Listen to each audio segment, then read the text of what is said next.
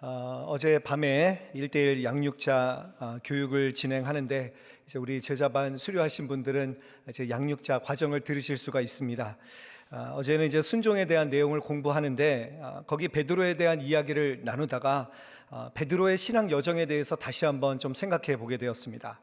여러분, 베드로와 예수님의 첫 만남은 요한복음 1장 41절 42절에 보시면 그 만남이 나와 있는데요, 뭐라고 합니까? 그가 먼저 자기의 형제 시몬을 찾아 말하되 우리가 메시아를 만났다 하고, 메시아는 번역하면 그리스도라. 42절에 보면 데리고 예수께로 오니 예수께서 보시고 이르시되 내가 요한의 아들 시몬이니 장차 게바라 하리라 하시니라.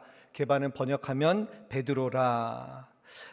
여러분, 이 베드로가 안드레를 통해서 예수님을 만나게 되고, 그리고 예수님께서 그때 미래를 알려주시죠. 네가 장차 게바라 하리라. 그러면서 이제 베드로는 초신자 시기를 거쳐가게 됩니다. 예수님이 베드로의 장모의 병을 고쳐주셨고요, 그때 정말 예수님을 통해서 기적을 맛보게 되죠. 그러나 예수님과 연결은 있었지만, 그러나 베드로는 여전히 제자의 길에 들어서지는 않고 교인으로서, 신자로서 살아가면서 여전히 자기의 생업과 비즈니스를 계속하고 있었습니다. 그런데 결정적인 부르심이 무엇입니까? 누가복음 5장에 보시면 예수님께서 무리를 가르치시고 나서 시몬에게 깊은 데로 가서 그물을 내리라는 명령을 하십니다. 여러분, 사실 이 물고기 잡는 자들에게는 예수님의 명령이 이해할 수 없는 명령입니다. 경험이 있어요. 어떻게 해야 되는지, 어디에 물고기가 많이 잡히는지 이 자신의 그 노하우가 있는데, 예수님께서 작은 배를 타고 깊은 데로 가라는 명령이 내 상식과 경험에는 맞지 않는 명령이었다라는 것입니다. 자, 그런데 베드로는 예수님을 미리 만났었기 때문에 그 권위를 인정하게 되면서 내 판단을 중지하고, 그리고 예수님의 명령에 그대로 따르게 됩니다. 이렇게 고백합니다. 누가복음 5장 5절에 보시면 같이 보겠습니다. 시몬이 대답하여 이르되 선생님이 우리들이 밤이 새도록 수고하였으되 잡은 것이 없지만은 말씀에 의지하여 내가 그물을 내리리이다 하고 순종하는 것이죠. 그리고 누가복음 5장 11절을 보시면 이렇게 말씀하고 있습니다. 그들이 배들을 육지에 대고 모든 것을 버려두고 예수를 따르니라. 아멘. 여러분, 이제 예수님을 그냥 믿는 사람에 머물지 않고 모든 것을 버려두고 예수님을 따르게 됩니다. 여러분, 이것이 제자의 삶입니다. 제자로서 살아간다는 것은요, 이제 나의 모든 삶의 영역에서 주님을 따라가는 것입니다. 이제는 나의 모든 삶의 부분이 주님을 드러내는 삶을 살아가는 것이 마땅한 제자의 삶이라는 것입니다. 자, 이렇게 본다면 믿는다고 하는 사람은 많은데 제자로서 온전한 순종으로 부름받은 사람은 참 그 수가 적은 것 같습니다. 오늘 여기에서 우리 제자반 수료하신 분들은 단순히 믿는 자가 아닙니다. 예수님께서 이제 여러분들을 제자로 불러주신 것입니다. 삶의 모든 부분에서 주님을 따르는 자로 부름을 받았다라는 것을 우리 제자반원들 기억하시기를 바랍니다. 자, 그런데 이제 베드로가 모든 것을 버리고 제자로서 예수님을 따라가는데요, 여러분, 베드로의 삶이 어떻습니까? 우리 마태복음 26장 33절 말씀 보겠습니다. 뭐라고 합니까? 베드로가 대답하여 이르되 모두 주를 버릴지라도 나는 결코 버리지 않겠나이다. 베드로가 뭐라고 다짐합니까? 나는 주님을 결코 버리지 않겠습니다. 자신만만하게 장담했던 베드로가 어떻게 되는지 여러분, 그 다음 장면을 한번 보겠습니다. 결국 예수님을 부인하게 되는데요, 첫 번째 예수님을 부인하는 장면이 누가복음 22장 57절에 나와 있습니다. 거기 보시면 베드로가 부인하여 이르되 이 여자여 내가 그를 알지 못하노라 하더라. 처음에는 그냥 무서움과 두려움 속에서 예수님을 모른다라고 부인을 합니다. 자, 두 번째 누가복음 22장 58절 한번 보겠습니다. 조금 후에 다른 사람이 보고 이르되 너도 그 도당이다 하거늘 베드로가 이르되 이 사람아 나는 아니로라 하더라. 강하게 나는 아니다라고 그렇게 부인을 합니다. 자기 회피를 하는 것이죠. 자, 그 다음에 이제 세 번째 부인하는 장면이 특별히 마가복음 14장 71절을 보시면 이렇게 말씀합니다. 그러나 베드로가 저주하며 맹세하되 나는 너희가 말하는 이 사람을 알지 못하노라 하니, 맹세하고 저주까지 하면서 예수님을 강하게 부인하는 것이죠. 여러분, 세 번이나 예수님을 부인하고 그 다음에 이제 베드로의 삶은 어떻게 됩니까? 오늘 본문에 보시면 요한복음 21장 3절 말씀입니다. 이렇게 말씀합니다. 시몬 베드로가 나는 물고기를 잡으러 가노라 하니 그들이 우리도 함께 가겠다 하고 나가서 배에 올랐으나 그날 밤에 아무것도 잡지 못하였더니 다시 물고기 잡으러 가노라. 여러분 얼마나 허탈합니까? 3년 동안 예수님을 그렇게 따라다니며 교육을 받고 헌신하였는데 그냥 이제 아무것도 없는 것처럼 허탈한 모습으로 이제 고기나 잡으러 가겠다라고 하는 이 베드로의 심정이 얼마나 허탈합니까? 그런데 그곳에 예수님께서 나타나십니다. 여러분 예수님은요 베드로에게 배반을 당하셨지만 조금도 베드로를 책망하려고 하는 마음이 느껴지지 않습니다. 오히려 베드로에게 찾아오셔서 다시 기적을 베푸시고 조반을 차려주시고 주님을 향한 사랑을 확인하게 되시는 것이죠. 그래서 오늘 우리가 읽은 본문이 이 15절부터 17절까지 네가 나를 사랑하느냐, 그 사랑의 고백 위에 예수님께서 사명을 회복시키시는 장면입니다.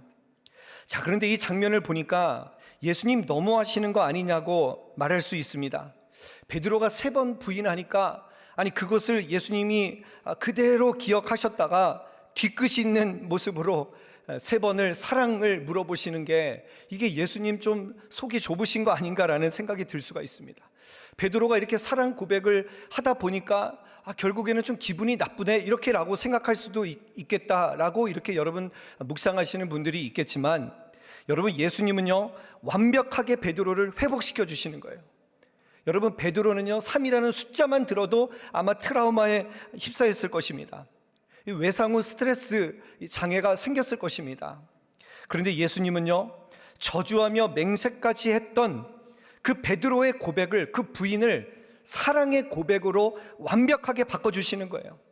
여러분 이것이 예수님의 방법이라는 것입니다. 그리고 예수님은 새로운 사명을 회복시켜 주십니다. 여러분 저는 오늘 이 본문을 묵상하다가 정말 예수님의 그 사랑에 가슴이 뭉클했습니다.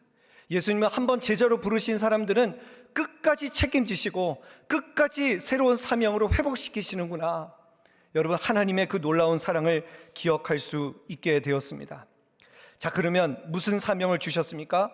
내 양을 먹이라, 내 양을 치라.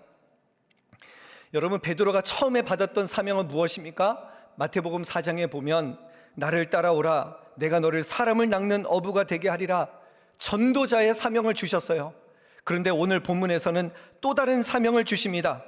두 번째 사명은 내 양을 먹이라, 내 양을 치라. 목양의 사명입니다. 여러분 전도자의 사명이 어렵습니까? 사람을 키워내는 양육의 사명이 더 어렵습니까? 물론 둘 다 어렵겠지만 여러분 전도자의 사명도 어머니가 자식을 낳는 것이 힘들지만 그러나 보통 보시면 키우는 것이 더 힘들다라고 합니다. 키우는 것이 쉽지 않은 사역입니다. 그러니까 예수님께서는요 더 귀한 사명까지 맡겨주시는 거예요. 베드로의 사랑 고백 위에 하나님께서 더 귀한 사명을 주시는 거예요. 왜 이렇게 귀한 사명을 주십니까? 베드로가 믿을만 하니까 베드로를 인정해 주시는 것이죠. 자기를 그렇게 저주하며 맹세까지 했던 그 제자를 믿어주시고 예수님께서 더 귀한 사명을 맡겨주시는 것입니다. 여러분 이것이 바로 우리를 향하신 예수님의 마음입니다. 실패해도 다시 세워가시는 것, 그것이 바로 예수님의 사랑입니다. 오늘 22기 제자훈련 수료식을 하게 됩니다. 여러분 이 자리까지 30주의 과정 가운데 오시느라고 정말 수고 많으셨습니다.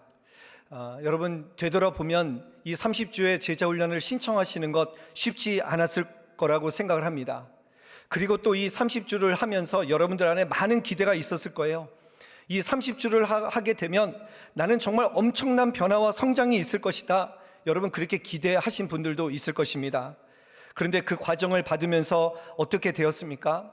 물론 가슴 벅찬 시간도 있었겠지만 때로는 후회했고 때로는 낙심했고 때로는 기도하지 못했고 때로는 말씀대로 살지 못하는 내 모습을 보면서 좌절하셨던 분들이 있을 것입니다. 그리고 예전의 모습으로 되돌아가고자 하는 마음들도 있었을 것입니다. 그러나 보시면 여기 이렇게 거룩한 공동체를 통해서 우리 귀한 공동체를 통해서 함께 울며 웃고 일으켜주면서 이렇게 제자반 수료식으로 인도해 주시는 것을 보면서 아까 여러분들이 여기 나오셔서 리허설을 하시는데 이 모든 것이 정말 하나님의 은혜구나 라는 생각이 들었습니다. 여러분은 제자로 세워주셨습니다. 그런데 시간이 지나면 다시 예전의 모습으로 되돌아갈 위험이 있습니다. 여러분에게 제가 당부드리는 것은 혹시 이런 말 듣지 않으시기를 간절히 바랍니다. 무슨 말을 듣지 말아야 되느냐? 백날 훈련 받으면 뭐하냐? 달라진 게 없는데. 여러분 주변에서 가족들에게 혹시라도 이런 말을 지금 벌써 들으신 분들이 있다면 여러분 이 자리에서 회개하고 다시 주님과의 관계를 점검해 봐야 됩니다. 제가 좋아하는 이야기가 하나 있습니다. 여러분 일제강점기 시대에 김익두 목사님 아시죠? 이분이 예수 믿기 전에는 소문난 건달이셨다고 합니다. 안악골의 호랑이라는 별명, 아주 무서우신 분이셨다라고 합니다.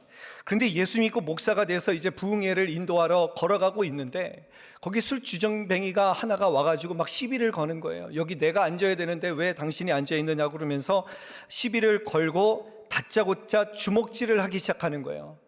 그래서 김익두 목사님이요, 아무런 저항도 하지 않고 그 매를 다 맞고 나서 주정뱅이가 지쳐서 쉬고 있을 때 이 주정뱅이가 가서 이렇게 말했다고 합니다. 형님, 다 때리셨습니까?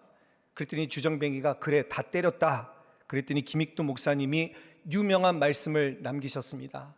예수는 내가 믿고 복은 형님이 받으시는군요. 무슨 말입니까?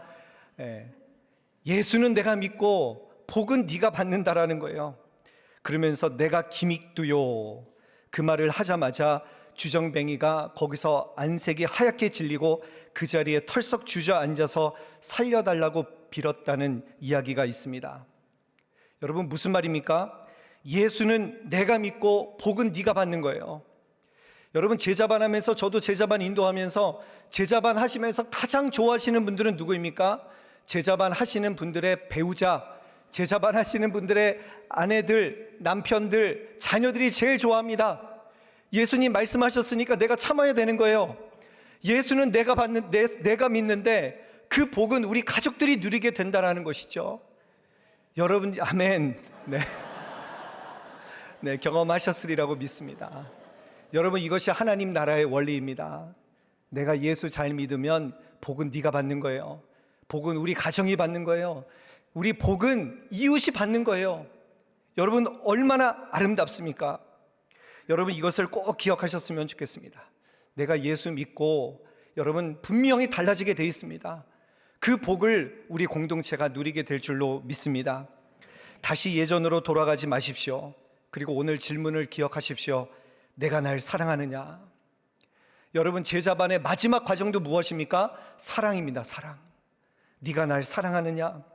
이 질문 앞에 내가 주님을 사랑하는 줄 주께서 아시나이다, 이렇게 고백하셨으면 좋겠습니다. 제가 오늘 이 설교 제목을 베드로의 고백이라고 정한 이유가 있습니다. 얼마 전에 찬양을 듣다가 아가파오 월십의 이 베드로의 고백이라는 찬양을 우연히 듣게 되었습니다. 그런데 이 찬양을 듣는데 정말 저도 모르게 눈물이 많이 났습니다.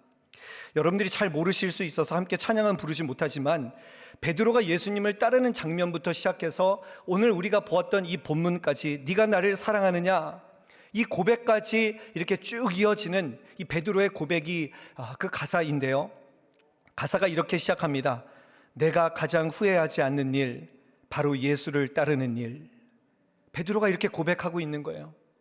그 다음에 이제 후렴부에 보시면 날 부르심에 감사, 날 놓지 않으심 감사, 하늘 보좌 버리고 날 사랑하심에 감사, 나의 모든 삶을, 남은 모든 인생을 예수님과 함께 걷겠습니다.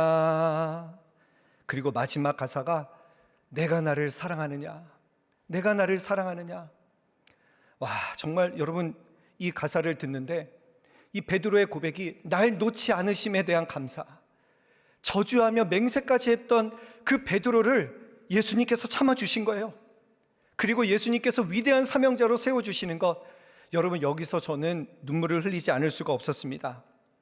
우리 사랑하는 우리 제자반 77명, 그리고 여기 또 하나님께서 제자로 불러주신 여러분 모두를 하나님께서 사랑하시고 회복시키시고 사명자로 세워가실 줄로 믿습니다. 때로는 내가 넘어질 수도 있고, 때로는 내가 무너질 수도 있지만, 그러나 여러분 그때마다 이 본문을 생각하십시오. 내가 날 사랑하느냐? 예, 제가 주님을 사랑합니다. 이 고백으로 평생 주님을 따라가시기를 바랍니다.